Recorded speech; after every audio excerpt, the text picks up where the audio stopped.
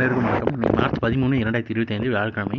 தினமணியில் இருக்கிற முக்கியமான நியூஸஸ் என்னென்னு பார்க்கலாம். இந்தியா மொரீஷியஸ் 8 ஒப்பந்தங்கள் பிரதமர் முன்னிலையில் கையொப்பம்னு தெரிவிச்சிருக்காங்க. ஒப்பந்தங்கள் என்னென்னு கொடுத்துருக்காங்க. டைம் இருக்கிறவங்க ஃபுல்லாக வாசித்து பாருங்கள். நான் 1-2 பாயிண்ட் வாசிக்கிறேன். குறு சிறு நடுத்தர தொழில்துறையில் ஒத்துழைப்பை வலுப்படுத்தும் ஒப்பந்தம். வெளியுறவு பணி பயிற்சி தொடர்பாக வெளியுறவு அமைச்சகங்கள் இடையேயான ஒப்பந்தம். இந்திய கடற்படை மொரீஷியஸ் அரசு இடையே தகவல் பகிர்வுக்கான தொழில்நுட்ப ரீதியிலான ஒப்பந்தம். இந்திய அமலாக்கத்துறை மற்றும் மொரீஷியஸ் நிதி குற்றங்கள் தடுப்பு ஆணையம் இடையே ஒப்பந்தம்னு சொல்லி கொடுத்துருக்காங்க. மொத்தம் ஒரு 8 ஒப்பந்தம் கொடுத்துருக்காங்க. மொரீஷியஸ் தேசிய தினத்தில் தலைமை விருந்தினர் மோடி.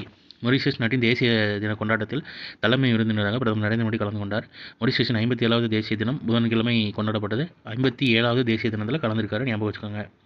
உயரிய விருது வழங்கல்னு தெரிவிச்சிருக்காங்க. தேசிய தின நிகழ்ச்சியில் பிரதமர் மோடிக்கு மொரீஷியஸ் நாட்டின் உயரிய the grand commander of the order of the star and key of the Indian ocean விருதை அதிபர் தரம்வீர் கோகுல் வழங்கி கௌரவித்தார்னு சொல்லி கொடுத்துருக்காங்க.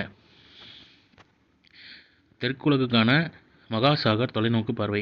மொரீஷியஸ் பிரதமருடனான சந்திப்புக்கு பிறகு தெற்குலகுக்கான இந்தியாவின் மகாசாகர், அதாவது பிராந்தியங்களுக்கு இடையே பாதுகாப்பு மற்றும் வளர்ச்சிக்கான முழுமையான முன்னேற்றம், புதிய தொலைநோக்கு பார்வையை பிரதமர் மோடி அறிவித்தார்னு சொல்லி தெரிவிச்சிருக்காங்க. 8 ஒப்பந்தங்கள் என்னன்றது இருக்குது. அந்த உயரிய விருது என்னன்றது பேர் வாசித்தேன், பார்த்துக்கோங்க.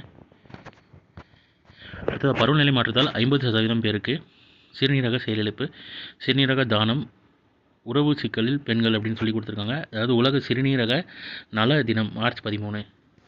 மார்ச் 8 தேசிய மகளிர் தினம், இன்டர்நேஷ்னல் உமன்ஸ் டே, உலக மகளிர் தினம். ஸோ மார்ச் 13 இந்த நியூஸ் வச்சு ஞாபகம் வச்சுக்கோங்க. உலக சிறுநீரக நல தினம் அப்படின்றத ஞாபகம் வச்சுக்கோங்க. அடுத்ததாக இன்றைக்கான திருக்குறள் என்னன்றதை பார்த்துருவோம். பருவத்தோடு ஒட்ட ஒழுகல், திருவினை தீராமை ஆர்க்கும் கயிறு, காலத்தோடு பொருந்துமாறு ஆராய்ந்து நடத்தல், நில்லாத இயல்புடைய செல்வத்தை நீங்காமல் நிற்குமாறு கட்டும் கயிறாகும் அப்படின்னு காலமறிதல் அப்படின்ற அதிகாரத்தில் திருவள்ளுவர் சொல்லியிருக்காரு. அப்புறம் இந்தியா வருகிறார் அமெரிக்க துணை அதிபர் ஜேடி வான்சன் கொடுத்துருக்காங்க. என்ன இஷ்யூக்கு வராதுன்றதை விட துணை அதிபர் ஜேடி வான்சன்றது அவரோட பேருன்னு ஞாபகம் வச்சுக்கோங்க. அமெரிக்க துணை அதிபர். பெல் நிறுவனத்துடன் ரூபாய் 2906 கோடியில் ஒப்பந்தம். பாதுகாப்பு அமைச்சகம் கையொப்பம்னு தெரிவிச்சிருக்காங்க. மத்திய அரசின் பொதுத்துறை நிறுவனமான பாரத் எலக்ட்ரானிக்ஸ் லிமிடெட், பெல்லுன்னு சொல்லுவாங்க, உடன் 2906 கோடி மதிப்பிலான ஒப்பந்தத்தில் பாதுகாப்பு அமைச்சகம் புதன்கிழமை கையொப்பமிட்டதுன்னு தெரிவிச்சிருக்காங்க. இந்திய விமானப்படைக்கு, அதாவது IAF இந்தியன் ஏர்ஃபோர்ஸ் எளிதில் எடுத்து செல்லும் வகையிலான ரேடார்களை அஸ்வினின் அதுக்கு பேர் சொல்கிறாங்க, கொள்முதல் செய்வதற்கான பாதுகாப்பு செயலர் ராஜேஷ்குமார் சிங் முன்னிலையில் தில்லியில் இந்த ஒப்பந்தமானது கையொப்பமிடப்பட்டதுன்னு சொல்லி தெரிவிச்சிருக்காங்க.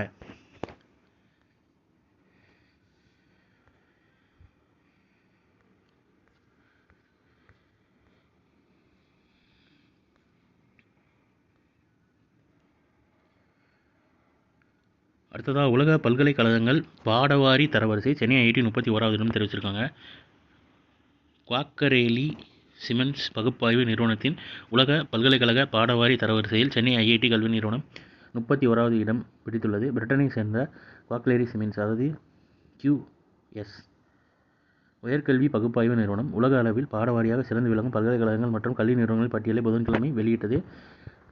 இதில் கனிமம் மற்றும் சுரங்க பொறியியல் படிப்பு தரவரிசையில் ஜார்க்கண்ட் மாநிலம் தன்பாதில் உள்ள இந்திய சுரங்க தொழில்நுட்ப கல்வி நிறுவனம் 20வது இடத்தையும், மும்பை IIT 28வது இடத்தையும், கரக்பூர் IIT மேற்கு வங்கம் 45வது இடத்தையும் பிடித்துள்ளன. சென்னை IIT 31வது இடத்தை பிடிச்சிருக்கதா சொல்லியிருக்காங்க.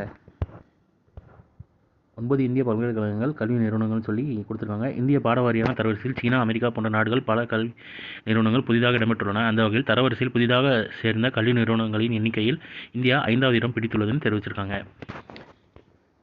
அப்புறம் அமலுக்கு வந்தது ட்ரம்பின் இரும்பு அலுமினிய வரி விதிப்பு. உலகின் அனைத்து நாடுகளில் இருந்தும் இறக்குமதி செய்யப்படும் இரும்பு மற்றும் அலுமினியத்துக்கு அமெரிக்க அதிபர் விதித்துள்ள 25% கூடுதல் வரி புதன்கிழமை அமலுக்கு வந்தது. இரும்பு மற்றும் அலுமினியம் ஞாபகம் வச்சுக்கோங்க. இந்தியாவில் ஸ்டார்லிங்க் இணைய சேவை. ஏர்டெலை தொடர்ந்து ஜியோவும் ஒப்பந்தம். அமெரிக்காவின் முன்னணி தொழிலதிபர் எலான் மஸ்குக்கு சொந்தமான ஸ்பேஸ் எக்ஸ் நிறுவனத்தின் ஸ்டார்லிங்க் செயற்கைக்கோள் இணைய சேவையை இந்தியாவில் அறிமுகப்படுத்த ஏர்டெல் நிறுவனத்தை தொடர்ந்து ரிலையன்ஸ் குழுமமும் ஜியோவும் ஒப்பந்தமிட்டுள்ளது. இது தொடர்பாக எல்லாமே கொடுத்துருக்குறாங்க. தடையற்ற உலகளாவிய இணைப்பின் புதிய சகாப்தம் பிறந்துள்ளது அப்படின்ற மாதிரி தெரிவிச்சிருக்கிறதா சொல்லியிருக்காங்க.